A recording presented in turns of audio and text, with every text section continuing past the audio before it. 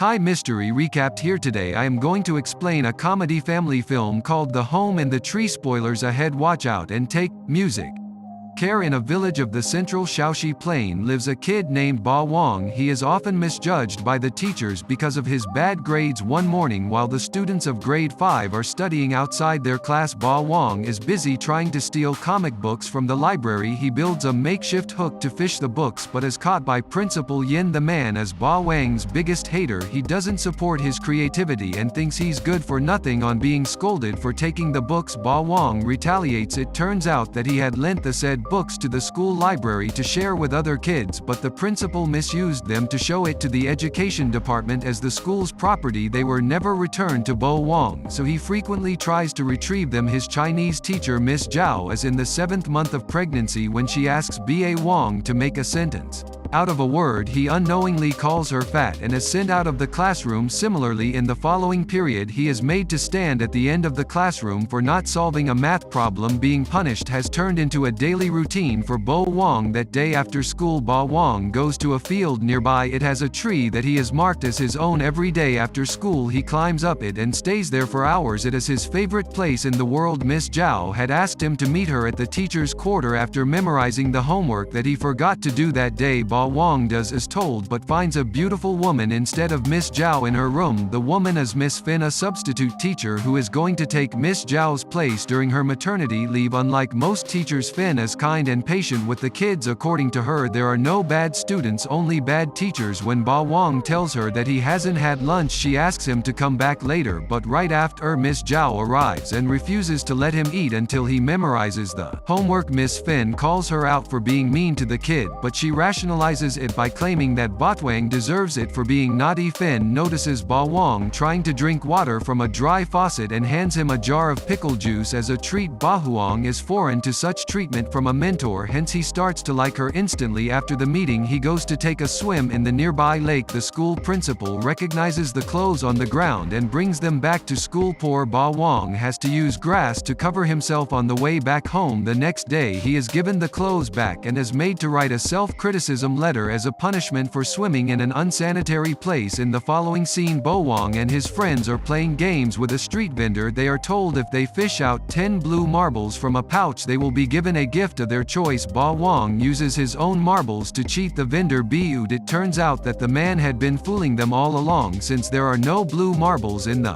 pouch. They get into a fight and are stopped by Miss Fen. She takes the kid to his parents and vouches for him in front of them, but even after that his father beats him. Ba-Wang's mother loves her son as he is, but his father is always nitpicking on his flaws. The next day is Miss Fen's first day at work. She allows the kids to read comics, hoping that it will improve their grammar. The students are ecstatic because they have never been allowed to do so by the former teacher. Ba-Wang is even happier when she makes him the librarian and puts him in charge of lending and collecting the books. He does the task efficiently and feels great to have that kind of authority over his classmates. It is his first accomplishment in 5 years of going to school. He brags about it to his father, who as always remains unimpressed. Instead of praising him, he urges the kid to get better grades instead of wasting his time. The following morning, Ba-Wang goes to pick up the books from Miss Fen. She has a problem with her bed that he solves by getting pieces of wood from her carpenter father. Fen gives him a candy as a reward, which makes the kid like her even more. In only a week of teaching, Miss Fen becomes everyone's favorite teacher. Instead of just lecturing the students, she engages them in the class and lets them discover their creative side. The principal and other teachers are not very fond of her techniques as they believe that she is letting the kids misbehave. One day, Ba-Wang leaves Miss Fen a bunch of mushrooms as a gift. Later, she looks for him and finds him under his favorite tree. They watch birds play on the swing and have a great time together. Meanwhile, Ba-Wang continues lending the books and becomes quite popular among his classmates. He even lends the nicer books to the ones with better grades and encourages the others to study harder so Miss Fen would be praised for her work. During school nap time, Ba-Wang falls off the bench and hurts himself. A sympathetic fan allows him to sleep on her bed in the teacher's quarter. However, backfires when Ba-Wang takes a longer nap than he is supposed to and is found by the principal in her bed. He punishes the kid and and gives him the last warning before telling his father about him breaking into a teacher's room. Ba-Wang doesn't tell the principal the truth, fearing that Miss Fen might get in trouble. That night the principal calls out Miss Fen for allowing the kids to read comics when they're supposed to study for their upcoming exam. She apologizes and promises to seize the comics until the exams are over. When Ba-Wang comes to receive the books the next morning, he is told to focus on his studies instead. Miss Fen encourages him by promising to let him read all the books he wants if he passes with a better score. Ba-Wang takes on the challenge and starts to study harder than ever. Initially he struggles, being one of the lowest ranking ones in the class, but with hard work and determination he soon gets the hang of it. The day before the exam he gets nervous and decides to write cheats all over his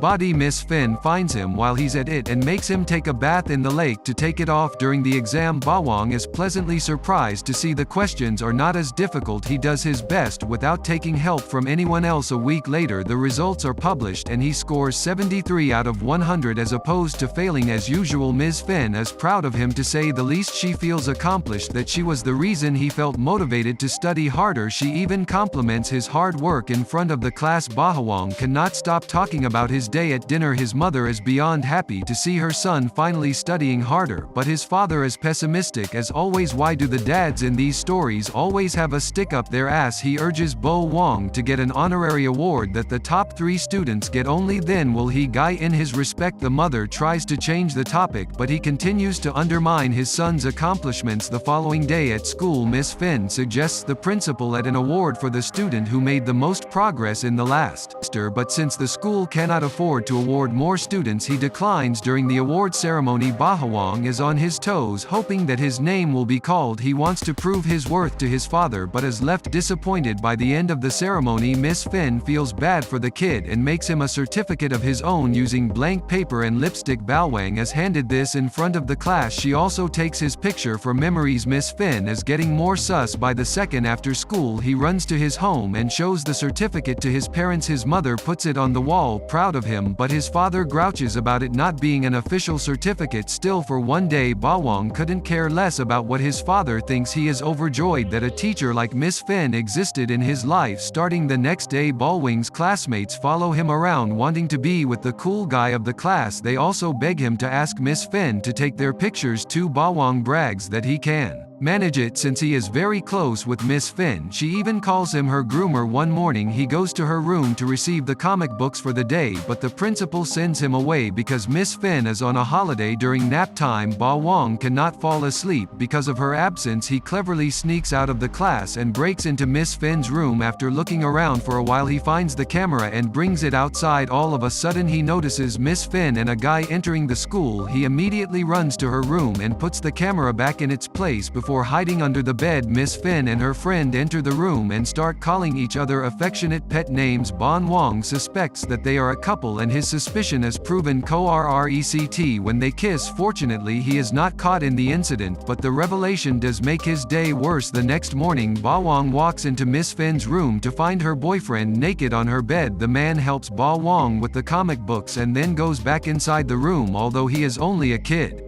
Ba-Wang is filled with jealousy seeing that his favorite person is affectionate towards someone else. He may be Ba-Wang, but that guy has a man. Wang. Before returning home he hears Fen compliment her boyfriend's looks. The next day he takes an hour-long bath, gels his hair with glue and wears clean clothes in hopes of impressing Fen. At school his friends make fun of him, comparing his hair to a hedgehog. Miss Fen doesn't notice the change and asks him to take her and her boyfriend to the tree that he loves so much. She thinks that the place is romantic where she can spend quality time with her boyfriend. Ba-Wang has to reluctantly take them to the field and show them around. The boyfriend plays in the swing while Ba-Wang and Fen hang out on the tree. A while later the couple goes cycling together. Taking advantage of their absence Ba-Wang uses a knife to cut the rope of the swing. He hopes to make the guy fall off of it, but the plan fails when Miss Fen swings on it next and gets hurt as she screams in pain. The screen goes blank and the scene Changes to 2 weeks later. Ba-Wang is studying in class, still influenced by Fen even though she has stopped teaching the school. During the lunch break he receives a letter from her. In the letter she claims that she misses him and everyone else in the class. She also encourages him to continue working hard so he can one day get the official certificate from the principal. It turns out that she is in the hospital because of a broken arm but is recovering well. She also graduated the past week and has sent a picture of herself as a memento. In the last scene, Ba-Wang goes to his favorite tree which unfortunately has been cut down. He buries the letter and pictures in the front. As he walks away we see a tiny twig growing from its bark, indicating that the tree will stand tall again sometime in the future. Subscribe for more videos like this, turn on notifications and leave a like to help the channel out. Thank you for watching.